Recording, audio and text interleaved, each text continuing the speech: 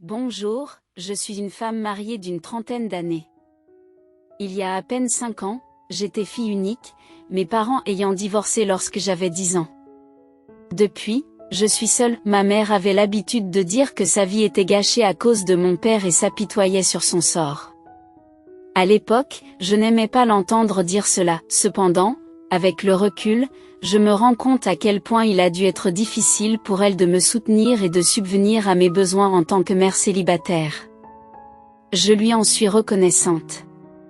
Ces mots étaient sa façon d'évacuer son stress. Ma mère est née dans une famille aisée. Après avoir terminé ses études secondaires, elle a été formée pour devenir mariée. Malgré les objections de sa famille, elle a choisi de s'unir à mon père, alors qu'elle n'avait aucune expérience du monde extérieur. Ils n'ont pas eu de cérémonie de mariage en bonne et due forme, ils se sont simplement mariés légalement. J'étais trop jeune et naïve pour prendre la bonne décision. Si vous ne voulez pas avoir une vie gâchée comme la mienne, vous devez vous assurer de choisir le bon partenaire. Faites des recherches approfondies avant de vous engager. Après avoir divorcé, ma mère a dû faire face à plus de difficultés que les autres. Elle a dû gagner de l'argent pour la première fois de sa vie afin de m'élever. Témoin de la dépression de ma mère due à ces difficultés, j'ai grandi rapidement. C'est à cette époque que j'ai commencé à avoir de la peine pour ma mère.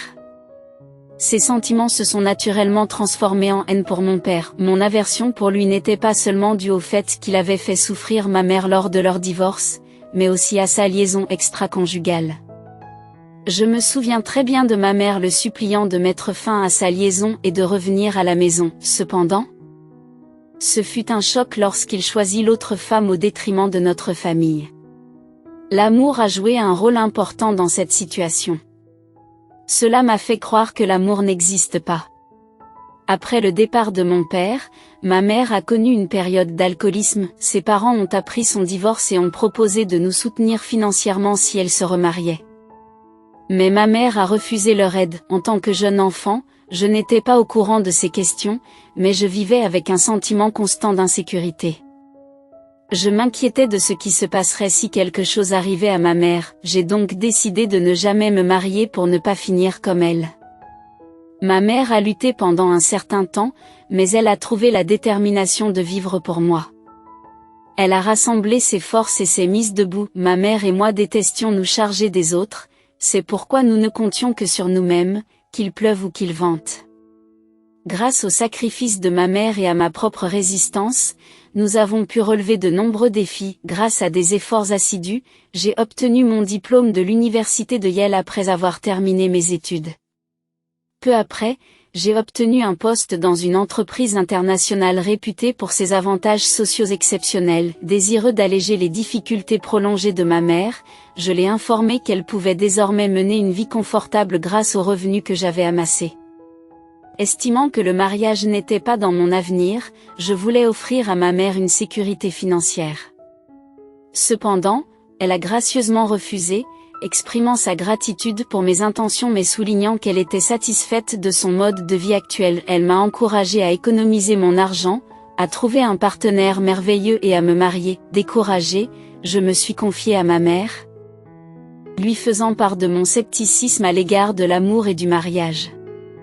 J'ai exprimé mon désir de vivre confortablement avec elle plutôt que de poursuivre une relation romantique. Ma mère m'a conseillé de rencontrer quelqu'un d'autre que mon père, m'assurant qu'il existait de nombreuses personnes talentueuses, sincères et gentilles. J'ai rejeté ces suggestions comme étant trop idéalistes, arguant que la perfection dans un partenaire était inaccessible. Malgré ma résistance, ma mère a continué à m'exhorter à envisager la possibilité d'un mariage. Ces rappels constants étaient motivés par la crainte que je m'abstienne de me marier pour elle. Bien que j'ai d'abord balayé ces commentaires, un coup du sort s'est produit lorsque je suis tombée inopinément amoureuse d'un homme lors d'une visite liée à mon travail. Nos chemins se sont croisés dans le monde de l'entreprise. À ma grande surprise, il a manifesté un réel intérêt pour moi. Après une réunion de travail, il m'a invité à déjeuner et notre relation s'est approfondie. Bien que je sois habituellement prudente, il y avait quelque chose de spécial ce jour-là qui m'a fait oublier mes réserves. Alors que nous savourions le repas, il m'a proposé de l'inviter à dîner lors de notre prochaine rencontre. Ce qui a fait naître l'excitation dans mon cœur. L'homme qui avait suscité mes émotions est finalement devenu mon mari. 3 ans après le début de notre mariage, les circonstances l'ont amené à travailler dans une entreprise située à 6 heures de mon lieu de travail à Boston. Nous nous sommes donc retrouvés dans une relation à longue distance, avec les difficultés liées à la limitation des interactions en face à face. Au plus profond de notre désir, mon partenaire et moi partagions un lien unique, marqué par l'absence des conflits typiques qui affligent de nombreux couples. Pour se rapprocher de moi et consolider notre engagement, mon compagnon a décidé de déménager à Boston. Grâce à sa détermination inébranlable, notre voyage vers le mariage s'est déroulé rapidement. Lorsque j'ai présenté mon petit ami à ma mère, son visage s'est illuminé de joie. Malgré mon opposition catégorique au mariage, son charme a passé l'examen minutieux de ma mère, ce qui nous a permis de fixer la date de notre mariage. Incertaine de savoir s'il s'agissait d'un tournant positif ou négatif, j'ai réfléchi au fait que la famille de mon mari résidait en Australie. Contrairement à ce que l'on pensait, mon mari n'était pas d'origine australienne, mais toute sa famille avait immigré dans ce pays. Cependant, il est revenu seul aux États-Unis pour ses études et a choisi d'y rester. Sa mère, qui résidait en Australie, s'inquiétait depuis longtemps de voir son fils en terre étrangère. Elle a exprimé son soulagement en réalisant qu'il bénéficiait désormais du soutien de ma famille proche. L'aspect unique de la présence d'une belle famille dans un pays lointain faisait des envieux. Après le mariage, nous nous sommes installés dans une maison proche de celle de ma mère, et je n'ai pas pu m'empêcher de regretter mes réticences antérieures à l'égard du mariage. Le bonheur que j'ai éprouvé était profond, ce qui m'a amené à me demander si je ne m'étais pas trop habituée à une telle félicité. La nature imprévisible de la vie m'empêchait de le déterminer. Un jour fatidique, un numéro inconnu est venu perturber ma routine. À ma grande surprise, c'était ma tante, Alicia, qui rompait le silence qui durait depuis des années. Sous le choc, j'ai envisagé de mettre fin à l'appel, mais j'en ai été incapable.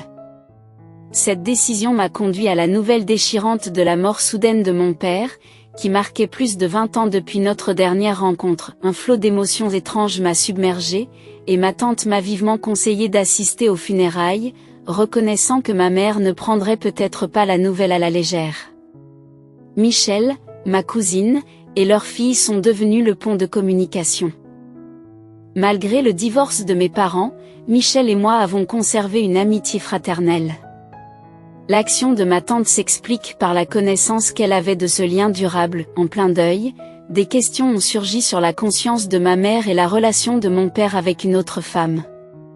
Ces circonstances étranges m'ont amené à me préoccuper des émotions de ma mère et des révélations inattendues sur la vie personnelle de mon père. J'ai beaucoup de choses à partager avec vous, mais je ne savais pas comment vous et votre mère alliez réagir. Récemment, ma tante a partagé une histoire que mon défunt père lui avait racontée. Il semble que mes parents aient été confrontés à de nombreux défis avant leur mariage. Les parents de ma mère se sont acharnés à les séparer après qu'ils se soient enfuis pour se marier.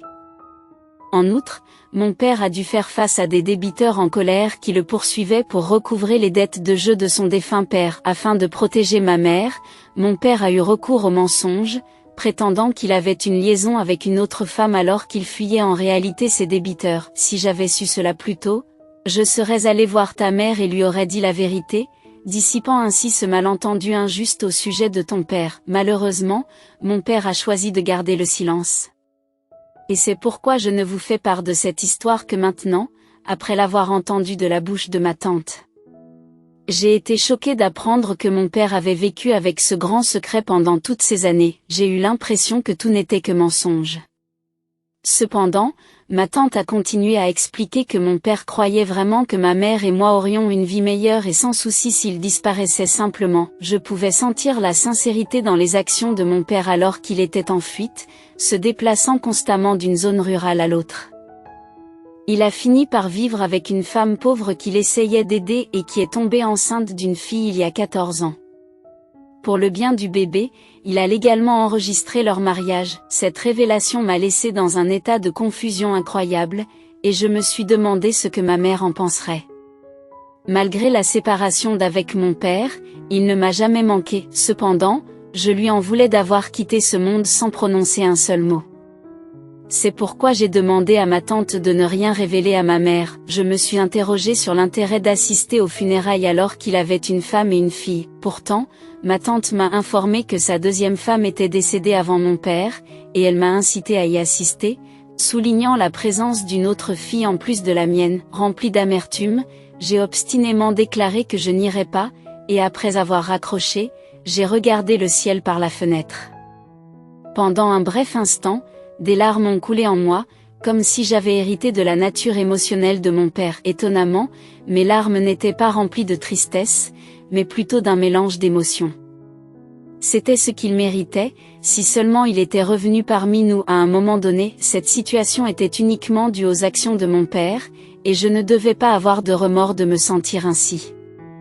Lorsque je suis rentrée du travail, perdue dans mes pensées, mon mari s'est rapidement rendu compte de mon humeur sombre. S'est approché de moi, inquiet de savoir si quelque chose n'allait pas. Je lui ai expliqué ce que je ressentais et un silence s'est installé entre nous. Puis il m'a doucement pris la main et m'a supplié d'assister à l'enterrement de mon père. Mais pourquoi devrais-je y aller, et quel impact cela aurait-il sur ma mère? Je n'ai aucune envie d'y être.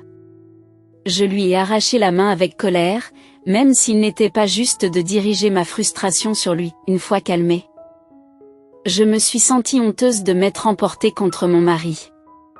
Je me suis excusée, réalisant qu'il était injuste d'être en colère contre lui.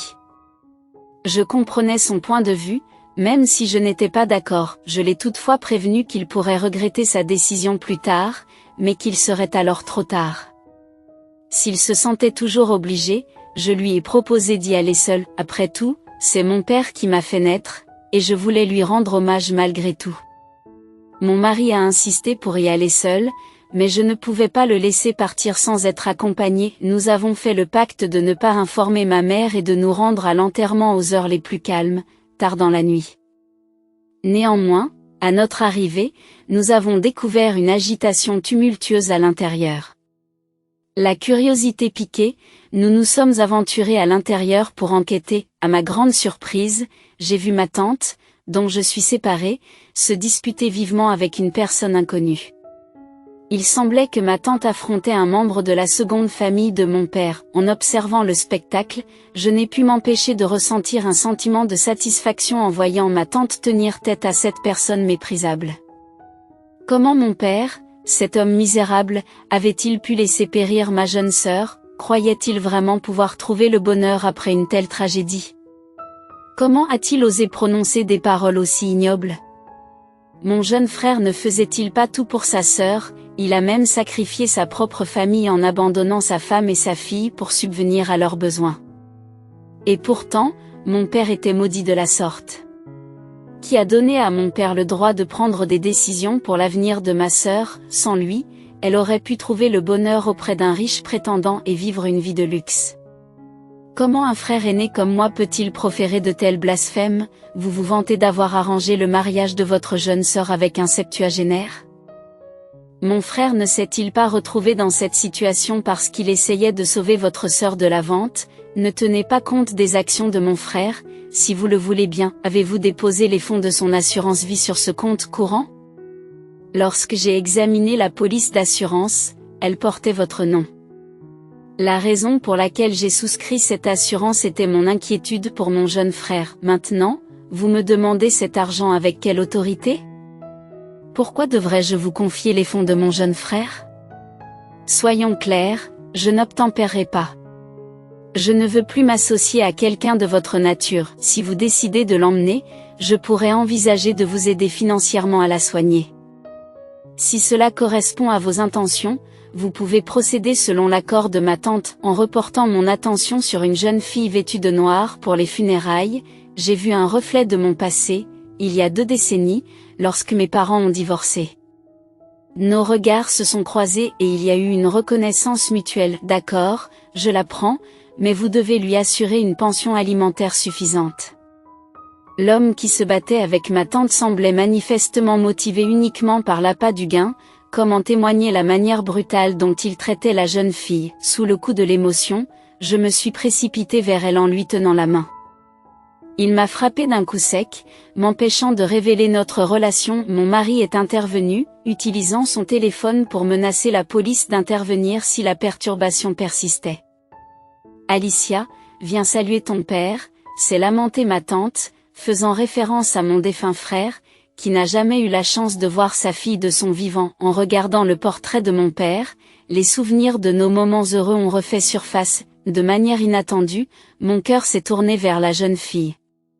Lorsque je me suis approchée d'elle, elle m'a révélé son nom, qui commençait par la même lettre que le mien, Annie, et son âge, 17 ans, ce qui contrastait fortement avec son comportement dépourvu d'émotion. En faisant mes adieux à ma tante, j'ai senti une réticence inhabituelle à aller de l'avant. Alors que notre voiture traversait une route déserte, un sentiment de malaise m'a envahi, me poussant à reconsidérer mon retour. Après réflexion, j'ai demandé à mon mari de revenir à l'enterrement. Lors de notre retour, j'ai remis ma carte de visite à ma demi-sœur, lui conseillant de me contacter si elle rencontrait des difficultés. Je l'ai exhortée à ne pas affronter les défis seule et les mises en garde contre la fréquentation d'un certain homme. Je lui ai communiqué mon numéro de téléphone, en insistant sur le fait qu'elle pouvait m'appeler à tout moment. Cela peut paraître étonnant, même aujourd'hui, de se demander pourquoi j'ai donné de tels conseils à une demi-sœur que je venais de rencontrer pour la première fois. J'étais consciente que si ma mère découvrait cela, elle serait choquée. Néanmoins, j'ai attendu avec impatience que le téléphone sonne au cours des mois suivants. Au fur et à mesure que le temps passait et que je reprenais mes habitudes, j'ai continué à penser à ma demi-sœur. Un jour, submergée par des pensées négatives, j'ai contacté ma tante Andy. Je me suis enquise du bien-être de cette fille et de l'endroit où elle se trouvait. Après les funérailles, j'ai appris qu'elle avait été laissée chez son oncle, celui-là même avec lequel je m'étais disputée. J'ai exprimé mon inquiétude à l'idée de la confier à une telle personne. Ma tante m'a révélé que la jeune fille avait insisté pour aller là-bas, ne me laissant pas d'autre choix. Troublée par ces révélations, j'ai demandé à ma tante l'adresse de ma demi-sœur. Le lendemain, mon mari et moi avons pris un jour de congé pour aller la voir. À notre grand désarroi, elle s'était enfuie de chez elle. Lorsque nous avons tenté d'en connaître les circonstances, nous nous sommes heurtés à un homme ivre, ce qui nous a empêchés de recueillir des informations. Frustrés, nous avons signalé sa disparition à la police. Une semaine plus tard, nous avons retrouvé ma demi-sœur. Lors de nos retrouvailles, la frustration est montée d'un cran. J'ai remis en question sa décision de ne pas tenir compte de mes conseils et le sort de la carte de visite que je lui avais donnée. J'ai raconté l'histoire troublante de son oncle, qui avait accusé mon père et exigé de l'argent après la mort de ma mère. Malgré mon dédain pour les problèmes, je n'ai pas pu échapper à la douleur partagée et aux caractéristiques héritées de notre père. Conscient de la gravité de sa situation, je lui ai offert un refuge temporaire dans notre maison, l'assurant ainsi de la sécurité de son oncle inconscient. Cependant, j'ai reconnu le défaut de supposer que cette solution suffirait, réalisant qu'il y avait beaucoup plus à faire. Le lendemain, ma mère est venue chez moi et m'a dit qu'elle avait acheté trop de fruits. Elle voulait m'en donner lorsqu'elle rencontrerait ma sœur, à l'exclusion de mon mari et de moi. Interloquée par ces paroles, j'ai répondu « Oh, vous êtes donc là ». J'ai senti de la malice. Ma sœur cadette est intervenue, affirmant être la sœur malveillante.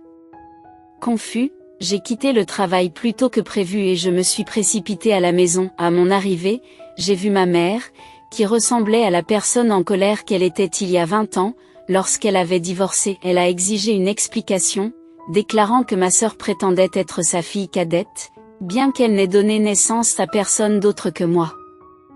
Elle se demandait comment cela était possible. J'ai essayé de calmer ma mère en lui expliquant que certaines relations pouvaient faire de certaines personnes des sœurs, indépendamment des liens du sang. Mais mes faibles excuses n'ont fait que l'exaspérer davantage. Je savais que je devais lui dire la vérité, mais à ce moment-là, j'avais du mal à trouver les mots justes.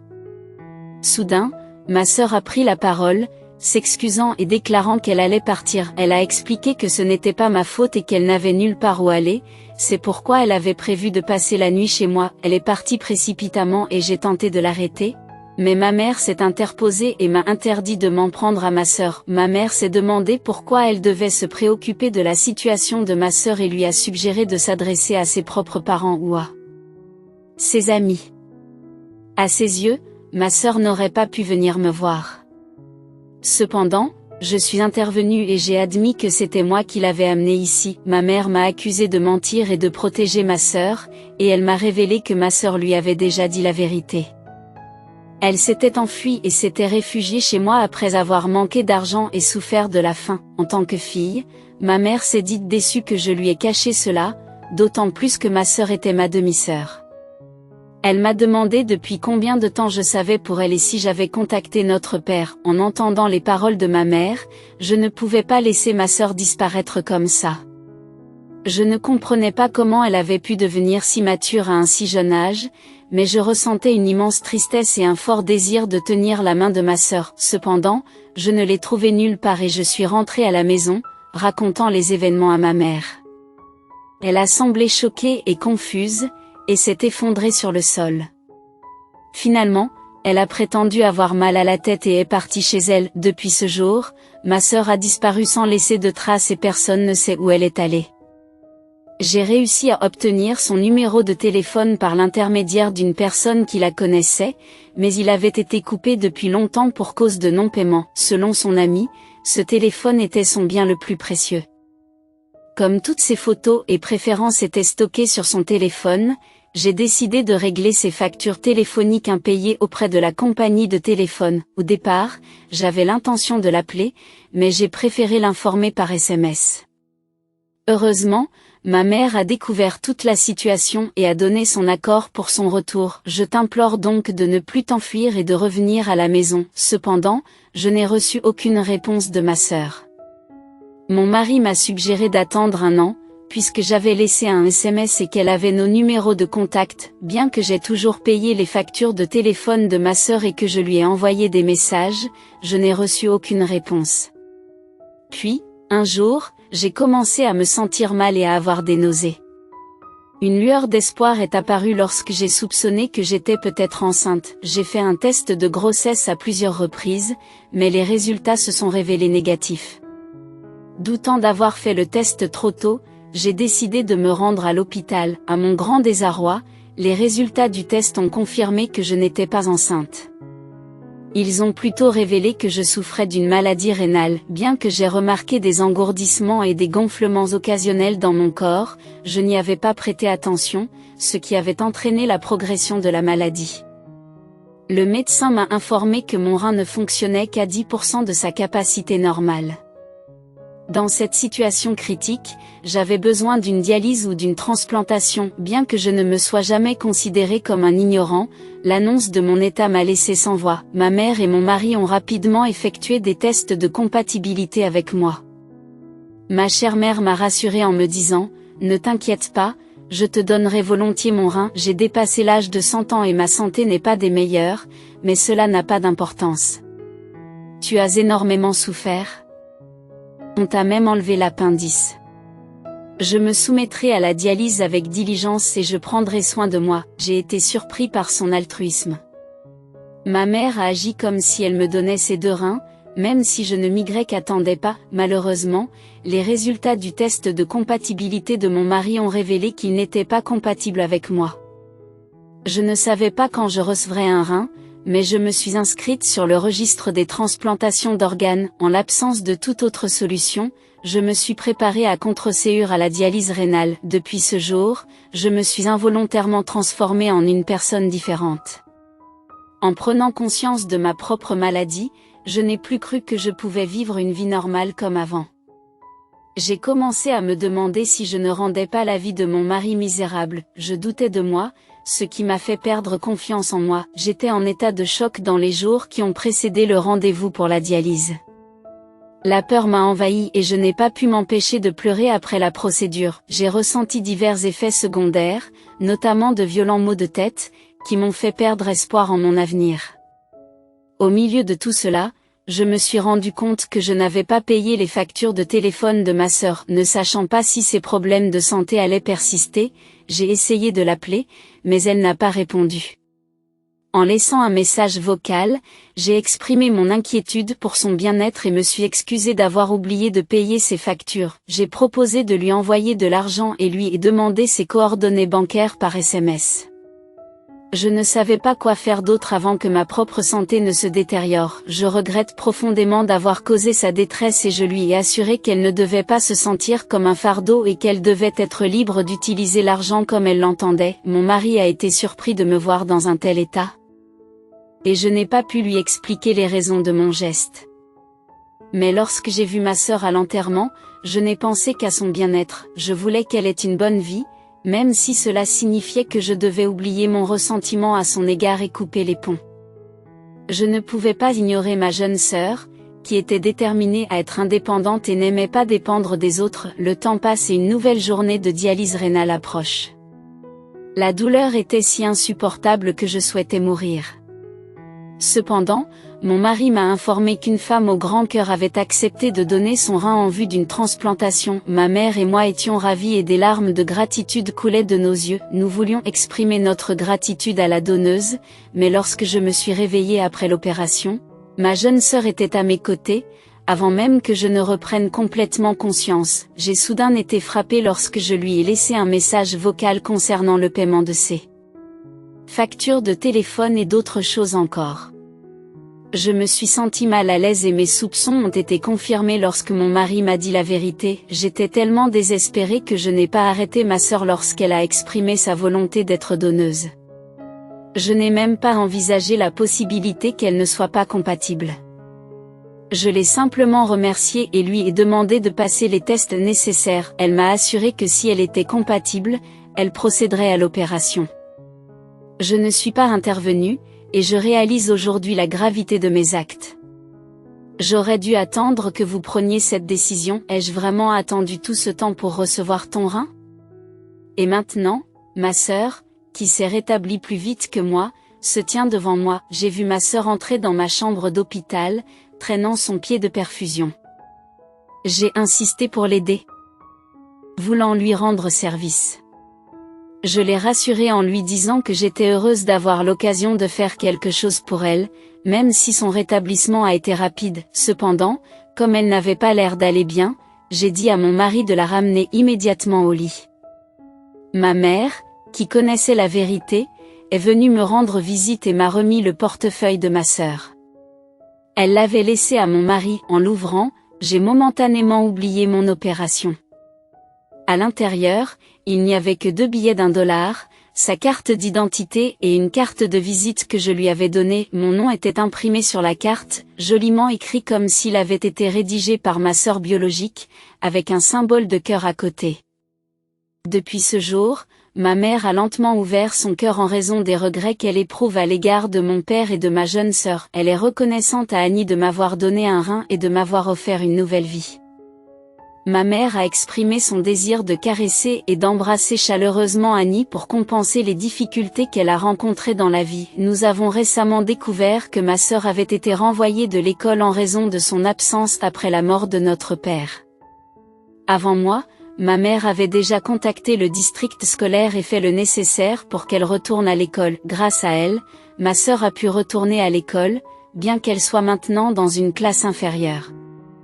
Cela me remplit de joie de voir son visage radieux trouver un sens à sa vie. Grâce au rein de ma sœur, j'ai pu me rétablir rapidement et retrouver la vie quotidienne à laquelle j'aspirais. Aujourd'hui, je vis comme la grande sœur de ma petite sœur, non seulement sur la carte de visite, mais aussi comme des sœurs, ce que je n'aurais jamais pu imaginer. Au début, mon mari s'est senti mal à l'aise face à la nouvelle venue dans la famille, mais il fait tout son possible, avec ma mère, pour s'occuper de nous 3.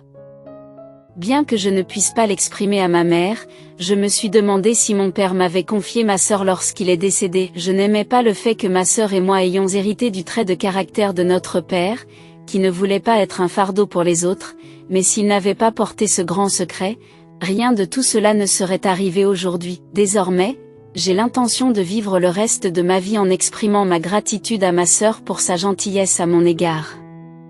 Je lui souhaite de vivre une vie heureuse, tout comme j'ai pu le faire. Je vous remercie de votre attention alors que je partage une histoire personnelle qui a apporté une nouvelle perspective dans ma vie.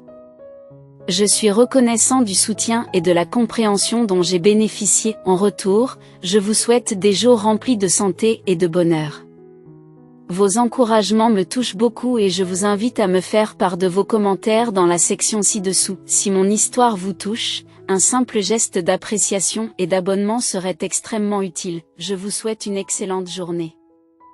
Merci, et encore une fois, merci.